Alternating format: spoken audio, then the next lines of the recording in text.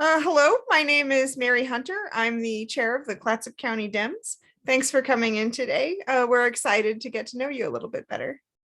Thank you, Mary, for having me. I'm really excited. I'm a little nervous, like I mentioned, but I'm really excited. So this is a great opportunity to introduce myself. Okay, great. Please tell me your name and the position you're running for. So I'm Elizabeth Adams, and I'm running for Ward 3 City Council.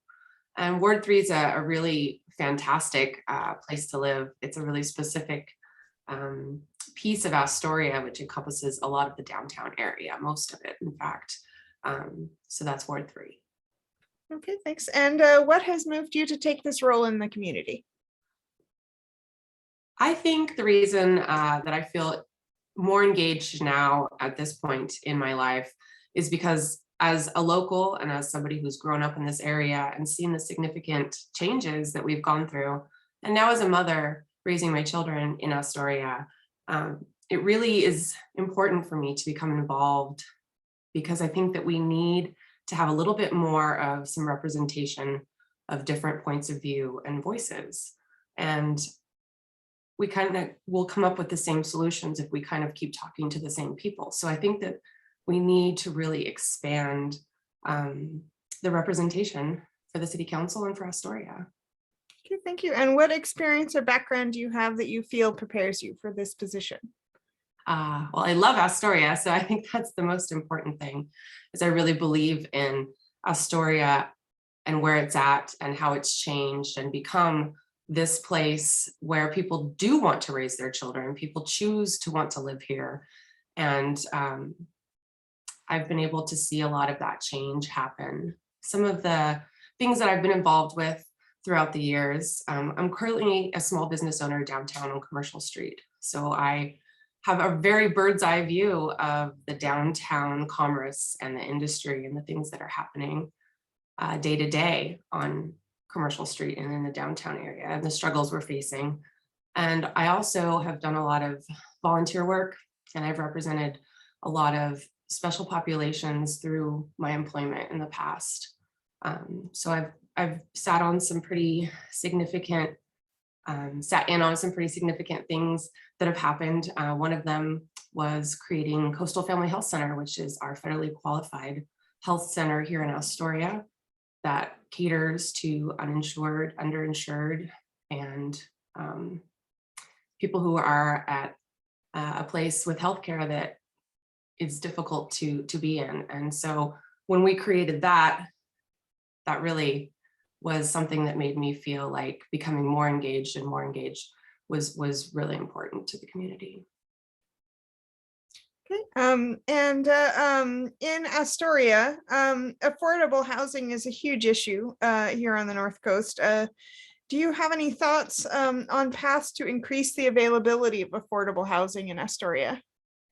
I really wish that was an easy answer. I wish that was something that was, that question is, it's heartbreaking. There's not a day that I don't encounter somebody or someone in a conversation that is affected by the housing crisis that we're in right now. I'm actually a renter. So my perspective, I feel like, is pretty unique and loud in the fact that renters are really having a difficult time. And every day I talk to somebody who's having a housing issue, even if it's, you know, something to do with someone trying to purchase a home or become eligible to purchase a home. So housing is the top issue right now in my life. I actually have a adult child that lives with me because of the housing crisis, because she's unable to find an apartment. And she has a great job and works downtown, but is still, you know, those things about that housing is becoming something that we are all, from all backgrounds, really starting to feel the pressure of. So it's been really interesting reviewing a lot of the city council's actions that they've been trying to take and all of the steps that they've been trying to take to create housing, to encourage housing, to use buildings and structures that we already have to take inventory. Are we really in a housing shortage? Like, to really get a handle on what's going on. And I think there's a lot of different components that are contributing to, I really think it is a crisis, to our housing crisis. So I'm excited to get involved in coming up with some maybe new ideas, maybe reevaluating a lot of the things that we have already looked at, and trying to see how we could maybe do those ideas in a different way. Okay, thank you. What possible solutions do you think we should explore for homelessness in our community? Yeah, that goes hand in hand, right? So housing and unhoused, like that's literally the same thing, but it's not. It's two separate issues, but they're very related. And as a downtown business owner, the perspective that I've been able to have has been really significant. Just recently, I feel like we've seen a big change in the visibility of a lot of the folks who are unhoused out in the community. And I know that's because our organizations and our agencies are working so hard to find places for people to land that is safe, and try to balance that with, the perspective of downtown commerce and downtown business functioning. And I think there is a lot of solutions. I think we kind of need to think a little bit more out of the box than what we have been. I think that we can really start to look to other cities, even larger cities that are doing different things. Maybe we don't think that fits for us, but maybe it does. I think that there's a lot more answers out there. And I think everybody wants to get to a place where we are helping and getting people into secure, safe places to live. So working together, I think it's hard. There's a very varied opinion about houseless communities. And I think that we're probably a lot closer on the opinions than we think we are. But I think we can come to a solution and keep working. I know that the homelessness task force has been working, for a few years. And I know that the APD has specific officers working to help monitor things, and it's not going to go away. So we really need to tend to it. Okay, thank you. And aside from affordable housing and homelessness, in the next 4 years, what do you think the biggest issue for Astoria will be, and how would you deal with it? That's a really good one too. I've been an Astoria local since I was a kid, and I've seen this town develop and change and shift, and I've really seen how certain issues were big and then they weren't, and we had solutions, and then we came with these ideas and these ideas. So the city really has just really worked tremendously to create a community that speaks to everyone. And I think some of the big issues are going to be infrastructure, dealing with our infrastructure, and how, that's some of the changes that we're dealing with now is that, people don't have to live where they work anymore. We have such an post-pandemic, we're still in the pandemic, but post some of the shutdown and all of that, a lot of people have changed the way that they've decided to work, the way they've decided to live, and some people have changed complete careers. So Astoria really has seen a significant amount of population boom.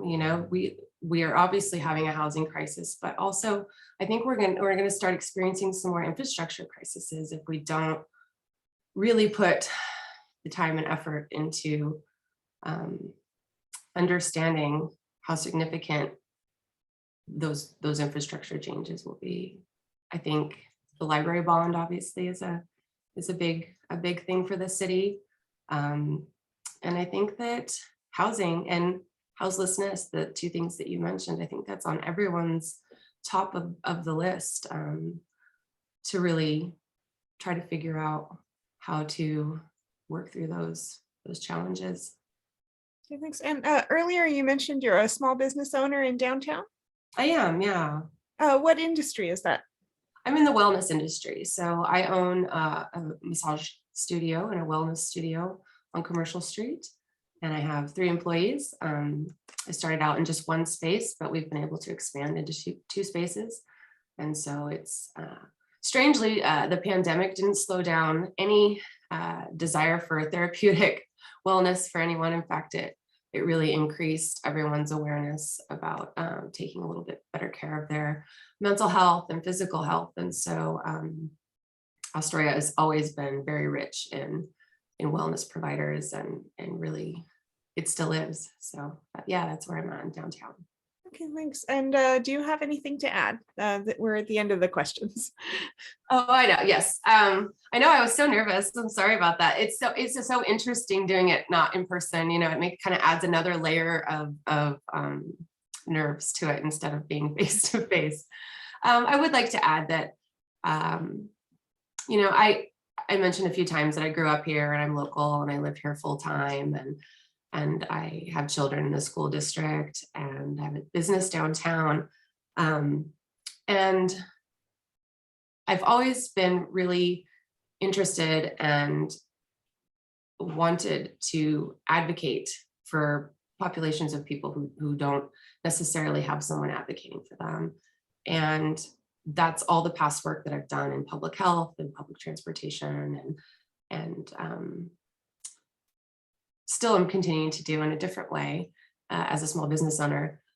But I think that if you have the heart and you really want to help, and you really do have the desire from a place of, you know, benefiting nothing other than the fact that we're benefiting this town for each other and for our children, and creating a place to live that's really something to be proud of. I think that that's the main reason that I really would like to participate in being in city council and making those changes for the city. Okay, great. And you mentioned public transportation just a moment ago. Could you tell me a little bit about your background in public transportation? Yeah, so I worked for our local public transportation district here for many years, and I did a lot of compliance and special population advocacy for veterans transportation, people with disabilities, senior transportation. I did a lot of grant writing and securing federal funds in order to increase our local transportation, and also to work on the transportation that we have that goes to Portland, the bus that goes to Portland twice a day. So I was able to do a lot of work also with kind of moving away from the road in a car and starting to think about promoting walking and biking and van pooling and car sharing and carpooling, and bigger ideas that in rural areas are very difficult to sell to people. But yeah, so I was able to work really closely with ODOT and other transportation districts across the state to really try to come up with the best ways to offer services and make sure that we were offering services that were compliant with all of the things we need to be compliant with. Okay, great. So thank you for coming today. We will be, once we're finished with all of the interviews, we'll be posting them online on YouTube and social media, and I'll send you a link so you can share that out. Okay, thank you, Mary. Yeah. All right. It was great meeting you. You too, thank you. All right, bye-bye.